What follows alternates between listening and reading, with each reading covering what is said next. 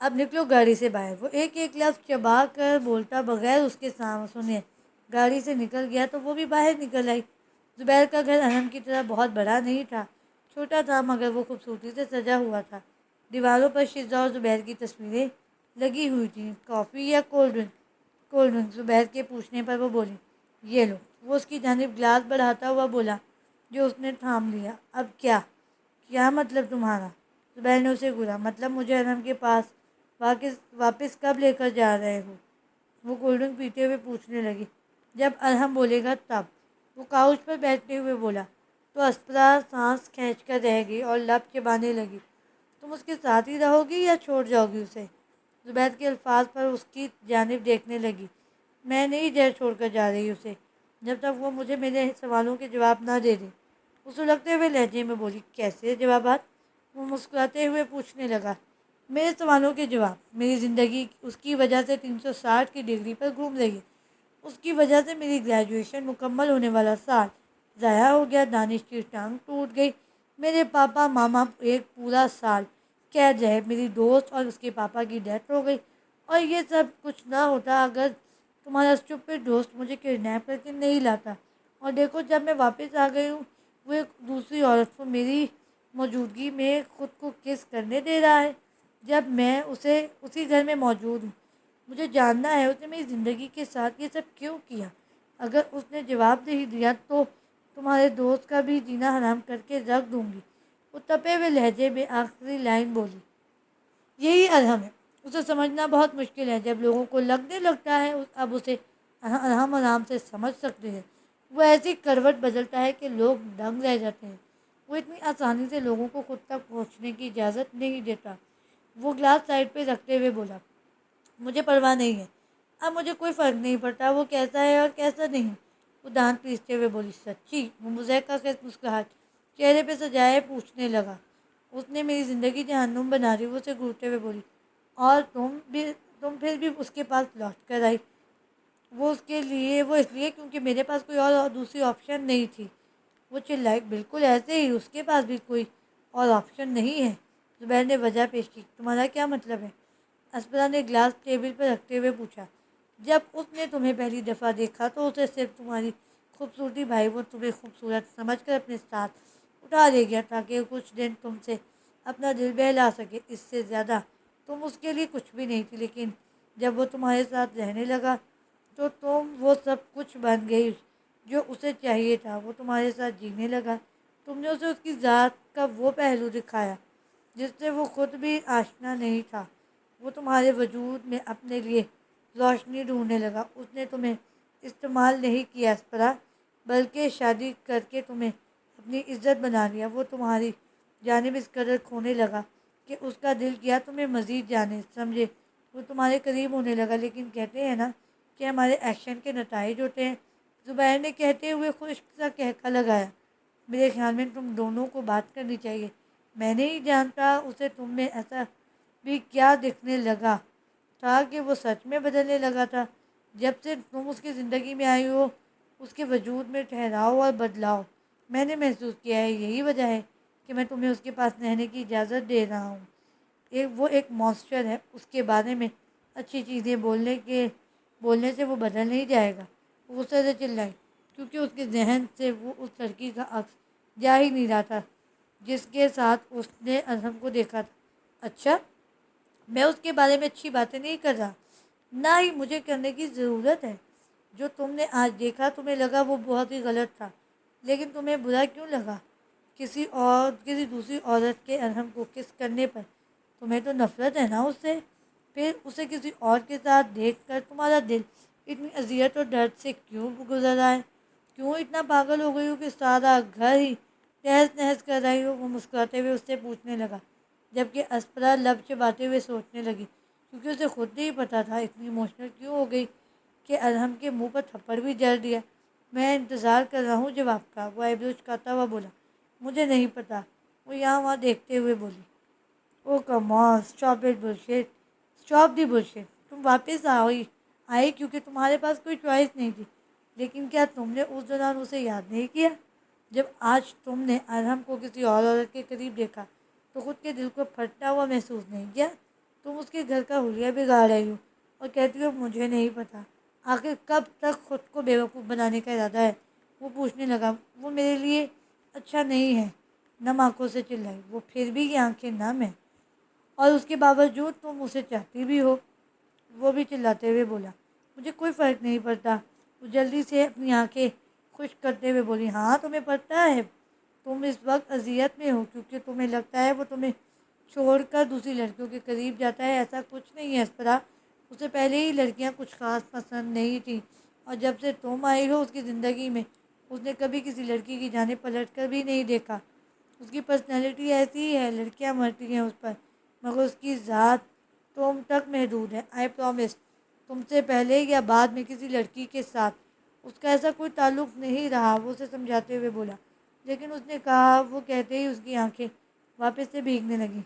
یہی کہ تمہاری موجودگی میں وہ دوسری عورتوں کے پاس جاتا رہا ہے، اس کے ایکسٹرا تعلقات ہیں؟ وہ کاؤچ سے پشت لگاتے ہوئے بولا تو وہ خاموش رہی۔ اصلا ہم معمولی لوگ نہیں ہیں، ہم سکون بھری دنیا میں نہیں رہتے، ہم لوگوں کو مارتے ہیں، غیر قانونی کام کرتے ہیں، پولیس ہمارے پیچھے ہمیشہ پڑی رہتی ہے اور تم عام لوگ ہمیں ماسٹر اور کرمنلز اور بھی نہ جانے کیا کیا کہتے ہو، کیونکہ ہم لوگ آپ لوگوں کو یہ کہنے کی وجوہات دیتے ہیں۔ وہ ہر کوئی اپنی مرضی سے اپنی زندگی کا انتخاب نہیں کرتا۔ میری ماں ذکیل تھی، پتہ نہیں کتنے مردوں کے ساتھ اس نے وقت گزارا تھا، اسے یہ بھی احساس نہیں تھا کہ اس کے بچے کا باپ کون ہے۔ جیسے جیسے وقت گزرنے لگا اسے احساس ہوا مجھے رکھنا اس کے لیے دنیا کی سب سے بڑی غلطی ہے۔ وہ 7 ماہ کی پریگننٹ تھی جب اس نے زبردستی ڈاکٹرز کو کہہ کر مجھے پیدائش دی۔ مجھے انکیوبیٹر میں رکھا گیا جہاں نرسوں نے میرا خیال رکھا جبکہ میری ماں اپنی زندگی عیاشی سے گزار رہی تھی۔ وہ اپنے چہرے پر ہاتھ پھیرتے ہوئے بولنے لگا تو اسپرا کا دل اس چھوٹے سے بچے کی تکلیف کے لیے لرزا۔ وہ مجھے نہیں چاہتی تھی لیکن اس کے باوجود اس نے مجھے اپنے پاس رکھا۔ میں اس کی وجہ سے کسی نارمل اسکول میں نہیں جا پایا، نہ ہی اس کسی اچھی جگہ کام کر پایا۔ لوگ ہمیشہ مجھے میرے پاپا کے نام سے چڑھاتے۔ زبیر کے ان الفاظ پر اسپرا نے اس کی آنکھوں میں نمی محسوس کی تو وہ دکھ سے اس کی جانب دیکھنے لگی۔ میں اس کے لیے ایک غلام تھا جو سارے گھر کے کام کرتا تھا، اس کے باوجود وہ مجھے مارتی پیٹتی۔ میں جب 19 سال کا ہوا میری برداشت جواب دے گئی۔ میں ہارنے لگا اندر سے، جیسے جیسے سب ختم ہوتا جا رہا تھا، اس لیے میں نے اسے چھوڑ دیا۔ میرے پاس رقم نہیں تھی جن سے میں کوئی گھر خرید لیتا یا کچھ کھا لیتا، نہ ہی میرا کوئی اپنا تھا کہ مجھے اپنے پاس لے جاتا۔ کسی کا چھوڑا ہوا اگر کہیں ملتا تو اسی پر گزارا کر لیتا اور رات کسی بھی فٹ پاتھ پر سو کر گزار لیتا۔ وہ اپنی کنپٹیوں پہ ہاتھ رکھ کر رگڑنے لگا جبکہ پاس بیٹھی اسپرا آنکھوں سے آنسو گر کر اس کے گال بھگونے لگے۔ ایک عجیب سی وحشت اور پاگل پن میرے اندر سمانے لگا، دل کرتا تھا اس بھیانک دنیا کو آگ لگا دوں۔ پھر ایک روز ارحم نے مجھے تقریباً مرا ہوا پایا۔ وہ مجھے اٹھا کر ریسٹورنٹ لے گیا، اس نے مجھے کھلایا پلایا۔ میں نہیں جانتا اس نے اس وقت مجھ میں کیا دیکھا تھا لیکن پھر وہ مجھے یہاں لے آیا۔ میری دنیا بدل گئی۔ مجھے غیر قانونی کام کرتے شرم نہیں محسوس ہوتی کیونکہ میرا دل ہی مردہ ہو گیا تھا۔ اس نے مجھے پورٹ کے کام کا انچارج بنا دیا۔ دیکھو آج پورٹ کا لیڈر ہوں، وہ فخر سے بولا۔ میں تمہیں بس اتنا کہہ رہا ہوں کہ زندگی میں اچھا یا برا ہوتا ہی ہے۔ ارحم نے جب مجھے دیکھا وہ مجھے اپنے ساتھ لے گیا اور جب میں نے شیزا کو دیکھا میں نے اسے اپنی زندگی میں شامل کر لیا۔ وہ میری زندگی ہے، مجھے بہت محبت ہے اس سے۔ میں ارحم، احمد، علی، کیمیا، ارسل اور زین بے شک چیزوں پر متفق نہیں ہوتے لیکن دن ختم ہو کر رات ڈھلتی ہے تو ہم سب ایک ہیں۔ ہم فیملی ہیں، ایک دوسرے پر مر مٹنے والے، ایک دوسرے کی خوشیوں کے رکھوالے۔ ہم سب میں سے سب سے بھیانک زندگی ارحم نے گزاری ہے۔ وہ اتنا برا نہیں ہے جتنا تم سوچتی ہو۔ وہ وقت سوچ لیا کرو جو اس نے تمہارے ساتھ گزارا ہے۔ Men are reckless and men like Arham give a new meaning for reckless۔ وہ اس کی جانب دیکھتے ہوئے بولا جو اپنے آنسو ہاتھ کی پشت سے صاف کر رہی تھی۔ اس سے بات کرو، آئی پرومس سب ٹھیک ہو جائے گا۔ وہ تمہیں تمہاری پرانی زندگی تک لوٹا دے گا، بس محبت سے مانگ لو، جان تک دے دے گا۔ وہ نم آنکھوں سے مسکراتے ہوئے بولا۔ میں نے اسے کال کی زبیر، میں نے اسے کہا، یہ کہتے ہی وہ واپس سے رونے لگی، مگر جلد ہی لمبا سانس کھینچ کر خود کو سنبھالنے لگی۔ میں نے اسے کہا گھر آ جاؤ۔ میں نے بہت کوشش کی کہ اس کے ساتھ چیزیں نارمل ہو جائیں، مگر اس نے کوشش ہی نہیں کی۔ وہ مجھے محض بعض دفعہ خود سے دور دھکیلتا ہے اور بعض دفعہ اپنے بہت قریب سنبھال کر رکھتا ہے۔ اسپرا نے اس کے سامنے کنفیس کر لیا، یہی ارحم ہے۔ زبیر نے اس کے سامنے رومال بڑھایا جو اسپرا نے تھام لیا اور اپنی آنکھیں خشک کرنے لگی۔ سوری، تمہارے ساتھ جو کچھ بھی ہوا اور تمہیں اتنی خطرناک دنیا کا سامنا کرنا پڑا، وہ دکھ سے اس کی جانب دیکھتے ہوئے بولی۔ کوئی بات نہیں، اب تو بہت وقت گزر گیا ہے، اب فرق ہی نہیں پڑتا، وہ نرمی سے بولا۔ اس نے مجھے ہرٹ کیا، وہ اپنے کپکپاتے لبوں کو کاٹتے ہوئے بولی۔ تمہیں وہ ہوٹل فائٹ یاد ہے جہاں ایک آدمی نے کہا تھا تم اسپرا عبدالجبار نہیں ہو؟ وہ اس کی جانب دیکھتے ہوئے پوچھنے لگا۔ ہاں یاد ہے، کیوں، کیا ہوا؟ وہ ناسمجھی سے بولی۔ اور وہ یاد ہے جب سب لوگ کہہ رہے تھے ایک کام ہے صرف ارحم کر سکتا ہے اور کوئی بھی نہیں، جبکہ میں نے اور تیمیہ نے بولا تھا کہ ہم دونوں کر لیں گے؟ اسپرا نے سوچتے ہوئے حامی میں سر ہلایا۔ ایکچولی وہ کام یہ تھا کہ ہمیں ایک لڑکی کو بچانا تھا جو کڈنیپ ہو چکی ہوئی تھی، اس کے پاپا کی دشمنی تھی، تو انہوں نے یہ کام ہمیں سونپا تھا۔ ارحم اس لڑکی کو ان کے چنگل سے نکالنے پر کامیاب ہو گیا، باقی اب حفاظت سے اس کے باپ تک پہنچانے کا کام میرا، زین اور شزا کا تھا۔ جس دن ارحم تمہیں باہر گھمانے لے کر گیا، وہ آدمی جس نے اس لڑکی کو کڈنیپ کروایا تھا، اس نے اپنے آدمی ارحم کے پیچھے لگائے ہوئے تھے، تو جب انہوں نے تمہیں ارحم کے ساتھ دیکھا تو ان کو لگا وہ لڑکی فلاور بلیک ورلڈ تم ہو، کیونکہ اس آدمی نے ویٹیکنس میں موجود اپنے بندوں کو ارحم پر نظر رکھنے کا بولا تھا، جنہوں نے فلاور بلیک ورڈز کو نہیں دیکھا ہوا تھا۔ اسپرا نے سمجھتے ہوئے ہاں میں سر ہلایا۔ لیکن اس کا ابھی والی بات سے کیا تعلق؟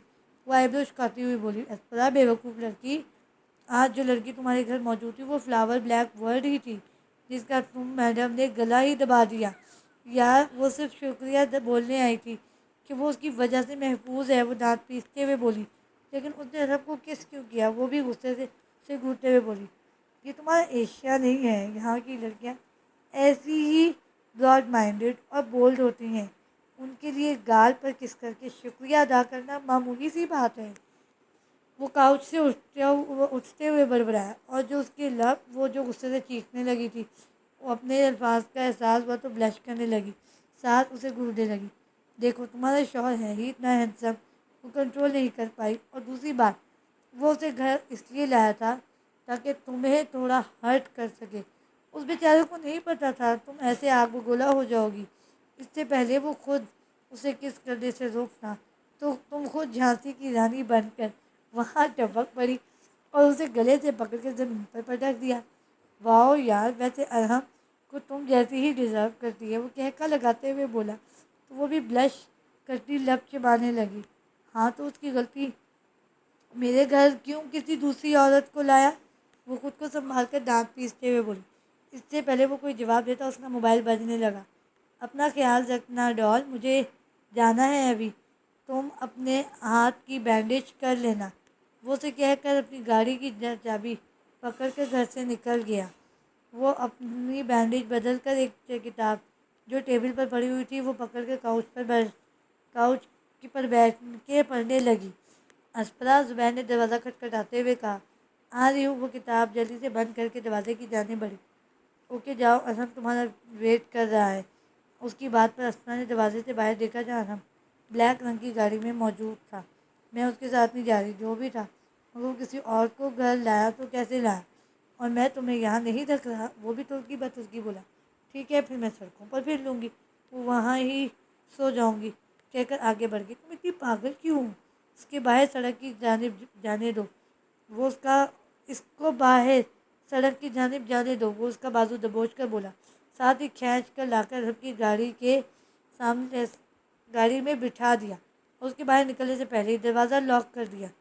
وہ غصے سے کھڑکی کے نیچے اس کی طرف دیکھنے لگی تو وہ مسکراتا ہوا اسے دیکھ رہا تھا۔ شیزا، کو واپس آنے دو، اس کے ساتھ مل کر تمہارا جو حال کروں گی تمہاری وہ سوچ ہے، اونچی آواز میں بولی اور اونچی آواز میں زبیر کو دھمکانے لگی۔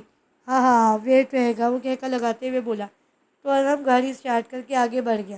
اسبرا کا دل کیا ارحم کو دو چار لگا دے، وہ اس کو ہرٹ کرنے کے لیے بھی کسی لڑکی کو کیوں گھر لایا، مگر چپ کر کے بیٹھی رہی۔ میں نے تمہاری ٹکٹ بک کروا دی، تمہاری صبح 7 بجے کی فلائٹ ہے، وہ سپاٹ لہجے میں بولا۔ کیا؟ اسپرا نے بے یقینی سے اس کی جانب دیکھتے ہوئے پوچھا، مگر وہ خاموشی سے گاڑی چلانے لگا۔ ٹکٹ کس چیز کی؟ اس نے واپس سے اپنا سوال دہرایا۔ تم جا رہی ہو؟ وہ سڑک پر اپنی نظریں رکھتے ہوئے بولا۔ جا رہی ہوں؟ ہاں تم جا رہی ہو، کبھی نہ واپس آنے کے لیے، وہ ڈو ٹوک لہجے میں بولا۔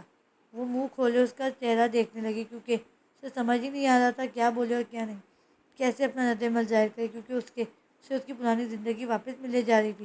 اسے خوشی محسوس ہونی چاہیے، لیکن ایسا محسوس ہو رہا تھا جیسے سب اچانک سے خالی خالی سا ہو گیا ہے۔ تم مجھے میری آزادی واپس دے رہے ہو؟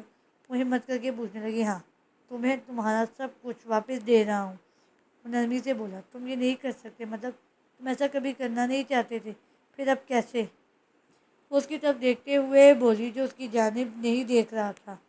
اب میں کرنا چاہتا ہوں، تمہیں تمہارا وہ سب لوٹانا چاہتا ہوں جو میں نے چھین کر تمہیں خالی ہاتھ چھوڑ دیا۔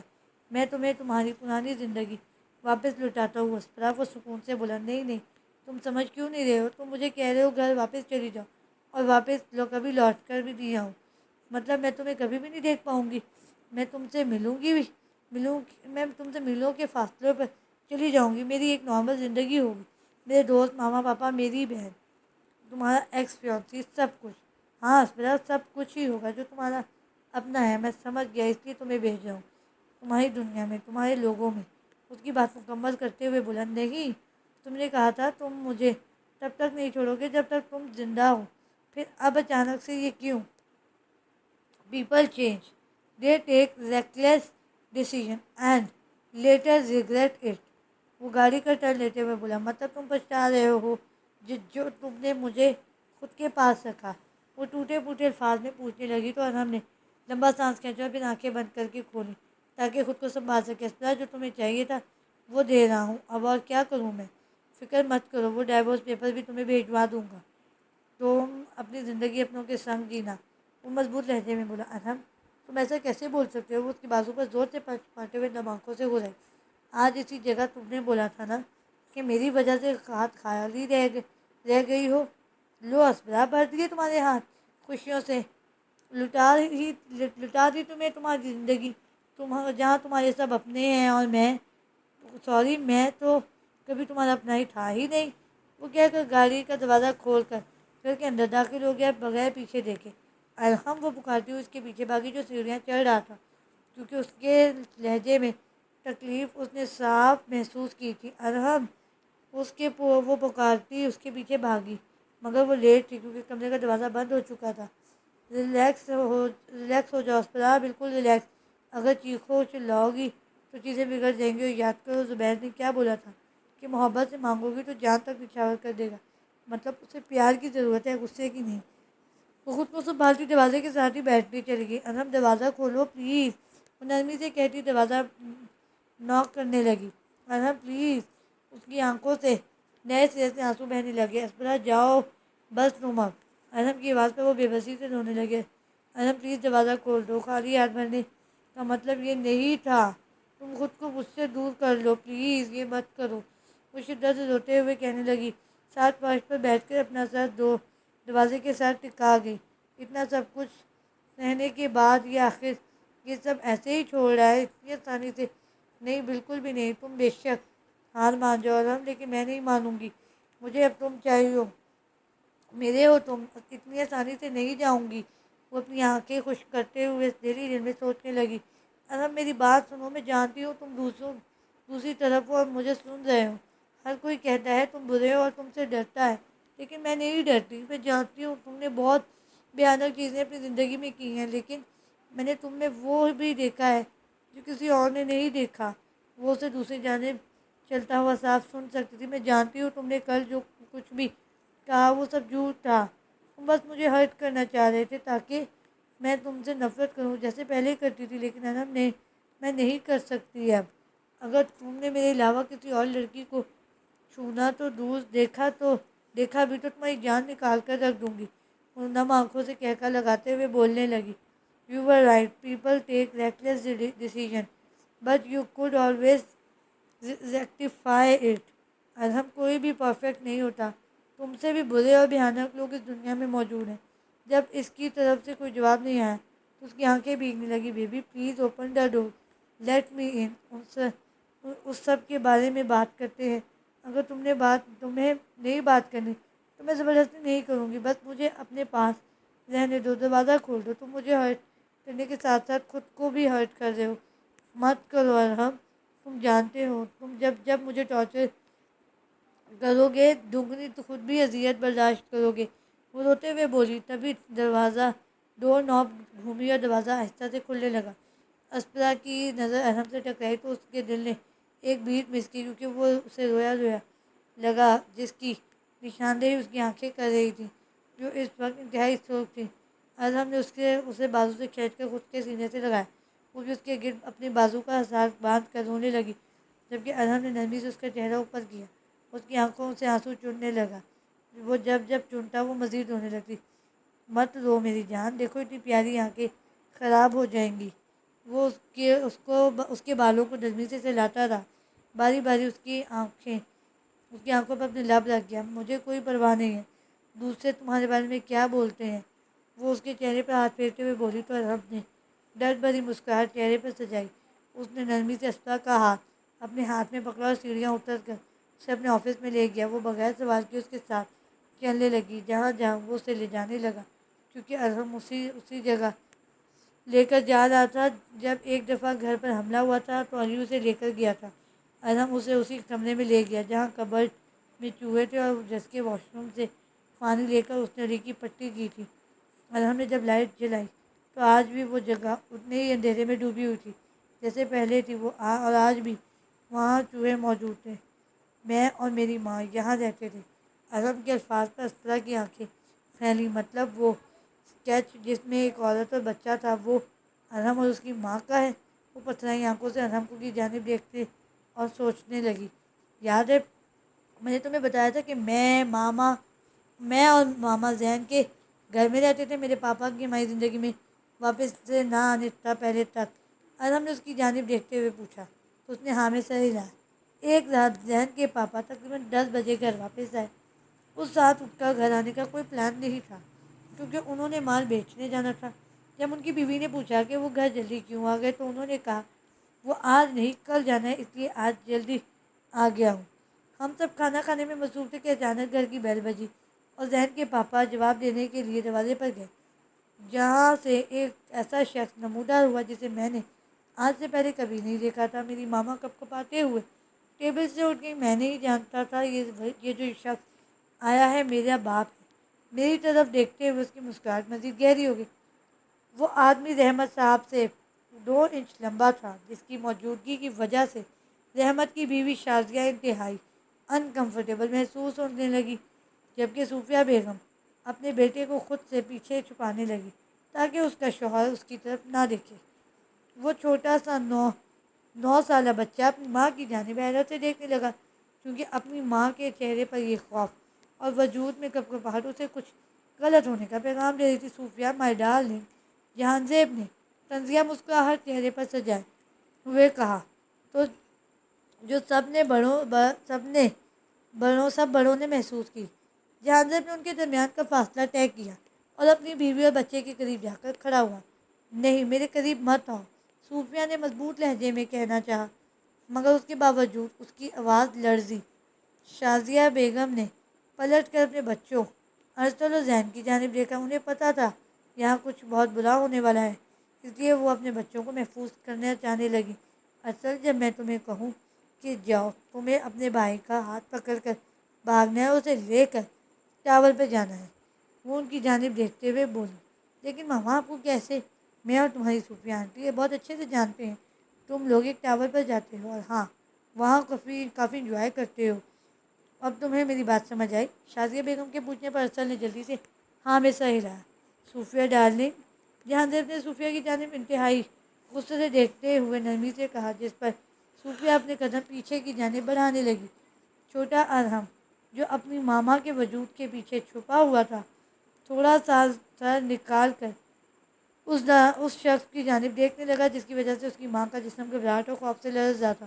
اس شخص کی آنکھیں بالکل ارحم جیسی تھیں، پیچ ڈارک بلیک، اور اس کے جیسے ہی بلیک بال۔ او میرے خدا، یہ میرا بیٹا ہے؟ اوف، میں بھی کیسا سوال کر رہا ہوں؟ ظاہر سی بات ہے میرا بیٹا ہے، یہ تو بالکل میرے جیسا دکھتا ہے۔ ادھر ہاؤس اسمتھ، کیڈن، ڈیوڈ اور فوسٹر، دیکھا یہ میرا بیٹا ہے۔ جہانزیب باہر دروازے پر کھڑے 4 آدمیوں کو اندر کی جانب آنے کا اشارہ کرتے ہوئے خوشی سے بولا، جس کی وجہ سے وہ 4 آدمی بھی اندر آ گئے۔ صوفیہ، تم نے مجھے دنیا کا سب سے خوش قسمت انسان بنا دیا ہے۔ تم نے انتہائی مضبوط بیٹے کو جنم دیا ہے۔ بس اب انتظار کرو جب میں اسے اور زیادہ مضبوط انسان بناؤں گا۔ وہ کہتا ہوا ارحم کی جانب بڑھنے لگا۔ نہیں نہیں، پیچھے ہٹو، یہ صرف میرا بیٹا ہے، اس کے پاس آنے کی کوشش بھی مت کرنا۔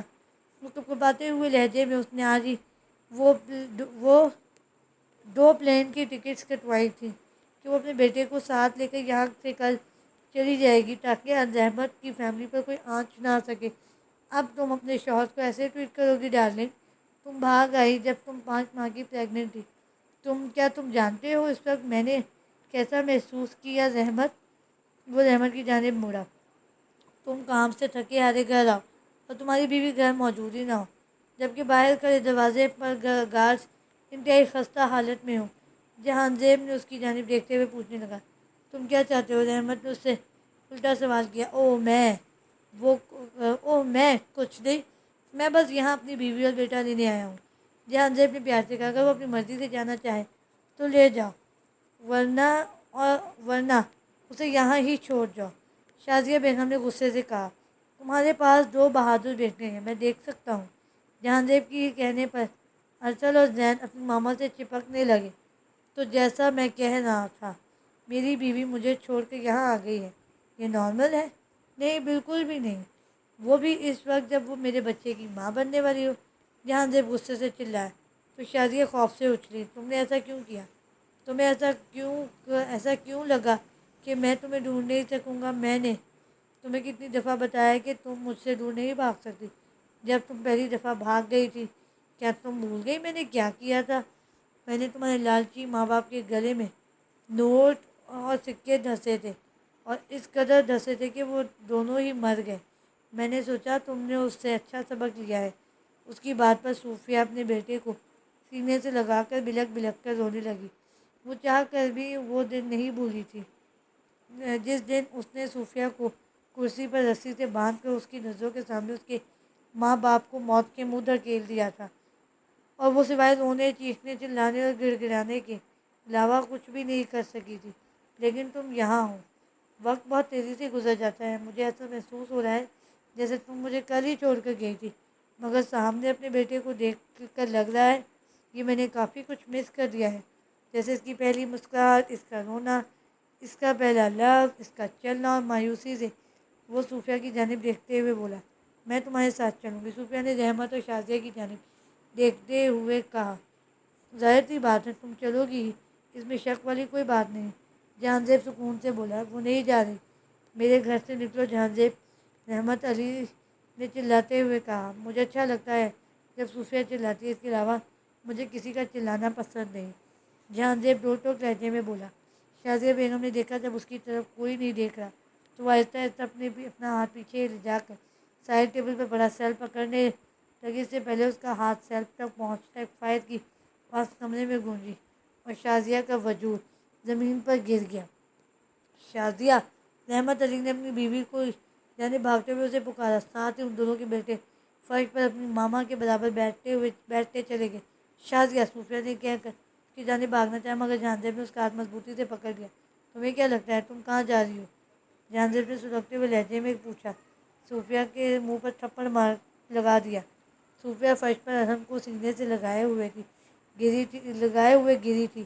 جہانزیب نے ارحم کو اس سے چھیننا چاہا، مگر انہوں نے اس کے گرد اپنی گرفت مزید سخت کر دی۔ اسے چھوڑو گھٹیا عورت!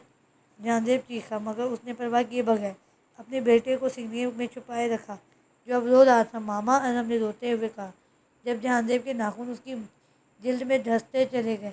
جہان دیو نے انم کو زبردستی چھین کر اسے زور سے دوسری جانب اچھال دیا، کسی جس کی وجہ سے وہ لیونگ روم میں زور سے گر کر گری زور سے گرا، مگر کوئی بھی اس روتے سسکتے بچے کی طرف نہیں پہنچا۔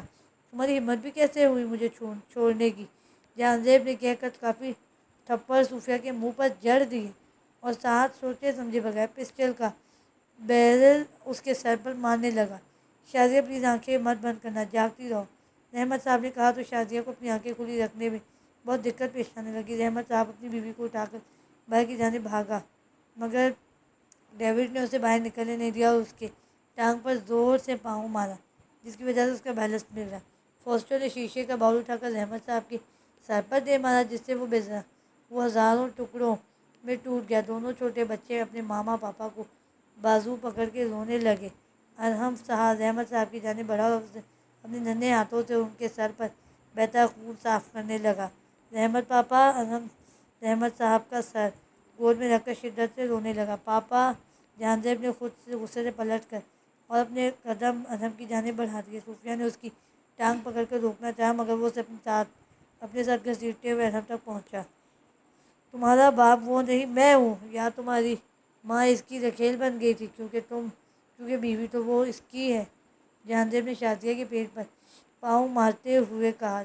جب اسے اپنے ڈرے ہوئے بیٹے کی جانب سے کوئی جواب نہیں ملا تو اس نے صوفیہ کو بالوں سے پکڑ کے کھڑا کیا۔ ماما، ارحم نے بے بسی سے روتے ہوئے اپنی ممی کو پکارا، جن کی ناک اور منہ سے خون نکل رہا تھا۔ بچوں بھاگو، صوفیہ نے بچوں کی جانب دیکھتے ہوئے کہا۔ بھاگو کدھر؟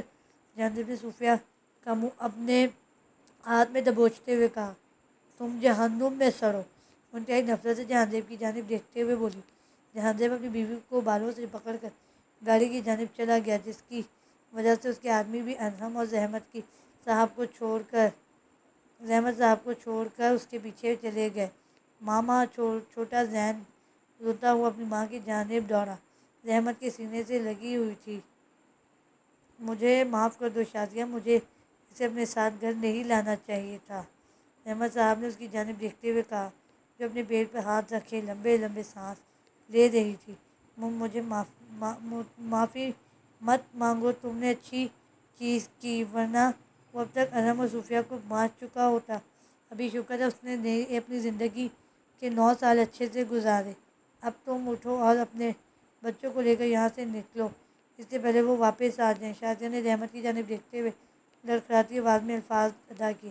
رحمت صاحب نے شازیہ سمیت اپنے تینوں بچوں کو سینوں سے لگایا۔ انہیں اپنا آپ بہت ہارا ہوا لگا۔ پہلے انہوں نے اپنے پیار کو کھو دیا، یہ سوچ کر کہ وہ اپنی زندگی میں خوش ہیں، اور اب اپنے بچوں اور بیوی کو بھی تقریباً وہ کھونے والے ہیں۔ I love you daddy, Shazia بول کر اسے باہوں میں دم توڑ گئی۔ I love you too cupcake, وہ روتے ہوئے بولے۔ ماما، چھوٹے بچے شازیہ کے وجود کو ہلاتے ہوئے بلکنے لگے۔ آنٹی شازیہ، ارحم نے کپکپاتے ہوئے کہا۔ شاید وہ اٹھ جائیں، اٹھو، جلدی اٹھو، مجھے تم سب کو کسی محفوظ مقام پر پہنچانا ہے، رحمت صاحب نے جلدی سے اٹھتے ہوئے کہا۔ رحمت پاپا، آنٹی شازیہ، ارحم روتا ہوا بولنے لگا۔ پاپا، آنٹی صوفیہ کے ساتھ کیا ہوگا؟ ارسل نے نم آنکھوں سے گھبراتے ہوئے پوچھا۔ ہم انہیں بھی بچا لیں گے، ابھی بس نکلو یہاں سے۔ وہ ان تینوں کو ساتھ لے کر پچھلے دروازے سے باہر نکل گئے۔ وہ اپنا سب کچھ کھو چکا تھا، لیکن 3 بچے ہرگز نہیں کھونا چاہتا تھا۔ تم مجھ سے نہیں بھاگ سکتے رحمت، کوئی بھی جہان دیو سے نہیں بھاگ سکتا۔ مغرور سی آواز پر ارحم نے اپنی گرفت رحمت صاحب کے ہاتھ پر سخت کر دی۔ تیزی سے چلو بچوں، رحمت صاحب نے اس کا حوصلہ بڑھایا۔ ارسل اور زین نے اندھا دھند بھاگنا شروع کر دیا تھا، جبکہ رحمت صاحب ارحم کو پکڑ کے بھاگنے لگے۔ میرا بیٹا تمہارے ساتھ ہے ارحم، ادھر آؤ، اپنے اصلی پاپا کے پاس، جلدی سے آ جاؤ، بہت دل اداس ہے، جہان دیو نے کہکا لگاتے ہوئے کہا۔ کافی دور آ کر اس سے رحمت صاحب نے ارحم کو نیچے اتارا تاکہ وہ بھی کسی مختلف ڈائریکشن میں بھاگ سکے، لیکن اس سے پہلے وہ بولتے انہیں گولی آ کر لگی، جس کی وجہ سے وہ زمین پر گر گئے۔ پاپا، ارسل اور زین بھاگتے ہوئے اپنے پاپا کی جانب آئے، مگر انہوں نے انہیں دور دھکیل دیا۔ نہیں نہیں، دور جاؤ، میرے پاس مت آؤ، بھاگو بچوں، ارحم جاؤ، تم بھی جاؤ، پلیز جاؤ بیٹا، وہ اس سے اپنا آپ چھڑواتے ہوئے بولنے لگے، نہیں پاپا، میں آپ کو چھوڑ کر نہیں جاؤں گا۔ ارحم نے واپس ان کا ہاتھ اپنے ہاتھ تھام کر روتے ہوئے کہا، ارسل ذہن بھاگو بیٹا، بس کچھ ہی منٹ میں ارحم تم دونوں کے پیچھے ہوگا۔ رحمت صاحب نے چلاتے ہوئے کہا، تم دونوں بچے وہاں سے بھاگ گئے۔ ارحم میری جان، اپنے پاپا کی بات سنو، پلیز بھاگو یہاں سے، تم تو سب سے اچھے بیٹے ہو نا میرے، پلیز بیٹا جاؤ۔ وہ مشکل سے اٹھ کر اسے اپنے ساتھ لگاتے ہوئے التجائیہ بولے اور پھر اسے زور سے خود سے دور دھکیلا، بھاگو بیٹا۔ وہ اپنے شولڈر پر ہاتھ رکھتے ہوئے بولے، جس سے خون مسلسل نکل رہا تھا، پاپا۔ ارحم کہہ کر واپس ان کی جانب گیا، میں ہوں تمہارا والد، وہ نہیں ہے۔ جہان زیب نے ارحم کو گھسیٹتے ہوئے دوسری جانب لے جا کر کہا۔ وہ اس سے اپنا آپ چھڑانے لگا، مگر جہان زیب نے زور سے تھپڑ ارحم کے منہ پر مارا، جس سے وہ زمین پہ جا گرا۔ اسے جانے دو جہان زیب، رحمت صاحب گڑگڑایا۔ جہان زیب کے 4 آدمی آگے بڑھے اور رحمت صاحب کو پیٹنے لگے، جبکہ وہ ارحم کو زبردستی اپنے ساتھ لے جانے لگا، مگر پھر رکا، مڑا اور رحمت کی جانب پلٹا۔ اس نے اپنی جیب سے پسٹل نکالی اور ارحم کے چھوٹے چھوٹے ہاتھوں میں تھما دی۔ پاپا، اس کا صرف ایک ہی باپ ہے، وہ بھی میں ہوں۔ اپنے اس پاپا کا قتل میرا بیٹا اپنے ہاتھوں سے کرے گا۔ ارحم جو انتہائی خوف سے پسٹل کی جانب دیکھ رہا تھا، جہان زیب نے اس چھوٹے بچے کو سنبھلنے کا موقع دیے بغیر اس کی شہادت کی انگلی پر ٹریگر رکھ دی۔ نہیں نہیں، پلیز نہیں، نہیں، ترس کھاؤ، نہیں نہیں، پاپا ہے وہ، نہیں نہیں۔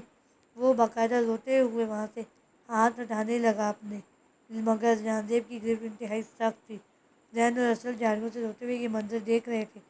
میں تم سے محبت کرتا ہوں بیٹا، میں اپنی موت کا ذمہ دار تمہیں نہیں مانوں گا، بس اپنا خیال رکھنا اور اپنے بھائیوں کا۔ تم جانتے ہو رحمت صاحب اپنے الفاظ بھی مکمل نہیں کر پائے تھے، جہان زیب نے زور سے ارحم کی انگلی دبا دی۔ گولی چلنے کی دیر تھی، زین اور ارسل کی چیخیں گونجنے لگی، انہیں پکڑو، یہ جہاں سے جانے نہ پائیں۔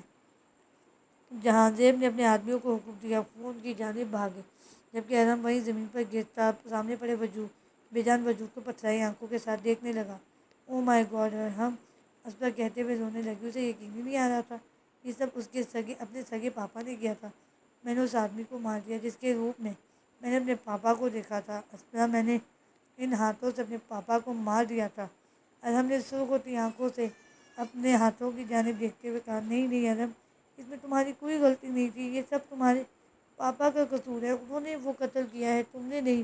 وہ بھیگے لہجے میں اس کے دونوں ہاتھوں اپنے ہاتھوں میں لیتے ہوئے بولی، او خدا، ارحم مجھے معاف کر دو، تم اتنی تکلیف سے گزرے ہو۔ اسپرا نے اس کے کندھے پر سر رکھ کر روتے ہوئے کہا، کوئی اتنا بھی گرا ہوا کیسے ہو سکتا ہے؟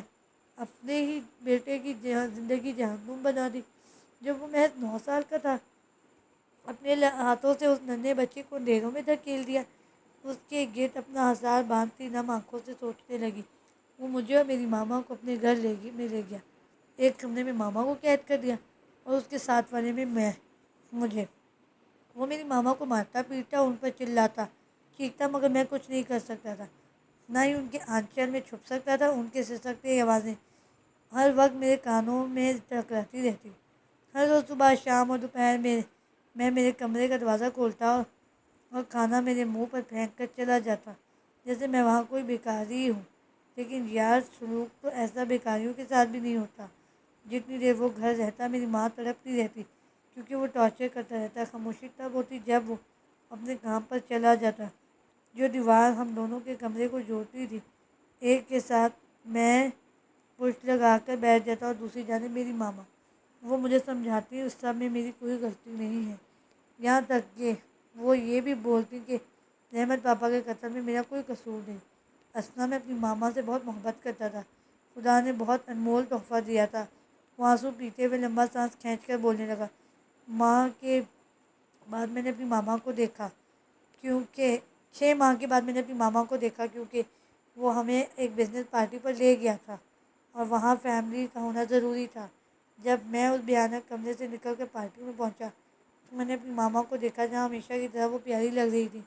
بیوٹیشین نے ان کے چہرے کے سارے نشانات میک اپ سے چھپا دیے تھے۔ میں بھاگتا ہوا ان کی باہوں میں جا سمایا۔ ساری پارٹی میں جہان زیب خود کو ایسے ظاہر کر رہا تھا جیسے وہ بہت اچھا باپ اور ہسبینڈ ہو، پارک میں جیسے ہی اس کی نظر کچھ پل کے لیے ہم لوگوں سے اوجھل ہوئی، میری ماما مجھے لے کر وہاں سے بھاگ گئی۔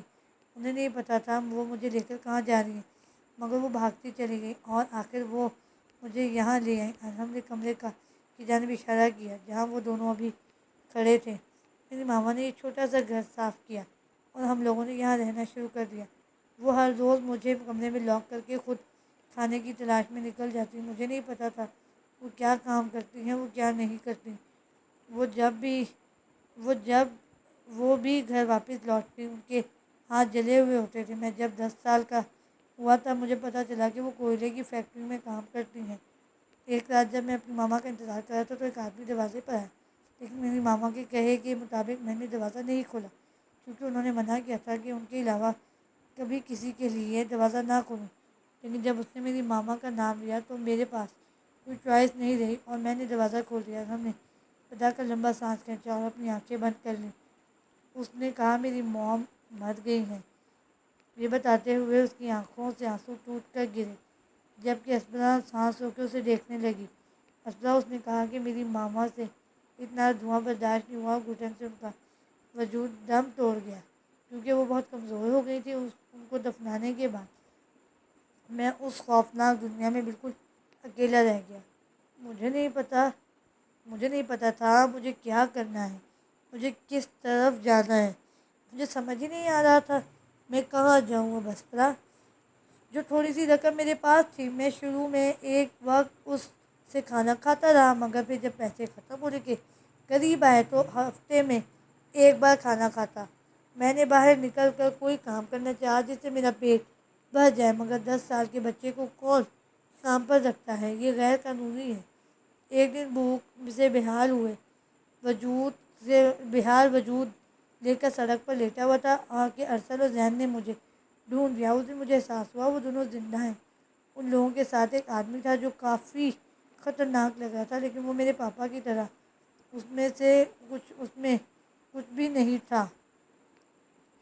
وہ آدمی ہم سب کو اپنے ساتھ لے گیا۔ وہ اٹلی کے تمام غیر قانونی کام کرتا تھا۔ پولیس اس کے پیچھے لگی ہوئی تھی۔ اس نے ہم سب کو بڑا کیا۔ وہ جہانزیب جیسا نہیں تھا۔ اس نے ہمیں رہنے کے لیے جگہ، کھانے، کپڑے، خوراک دیے۔ اس نے ہمیں مضبوط، بہادر اور پاورفل بنایا۔ ہمیں اس کے لیے کام کرتے ہوئے ہچکچاہٹ محسوس نہیں ہوئی تھی۔ ارسل اور ذہن نے اپنے پیرنٹس کا خواب پورا کیا، ڈاکٹر بن کر، کیونکہ وہ لوگ یہی چاہتے تھے، لیکن اس کے باوجود وہ غیر قانونی کاموں میں ملوث ہے کیونکہ جس آدمی نے انہیں پڑھایا لکھایا تھا وہ اس کی بھی مدد کرنا چاہتے تھے۔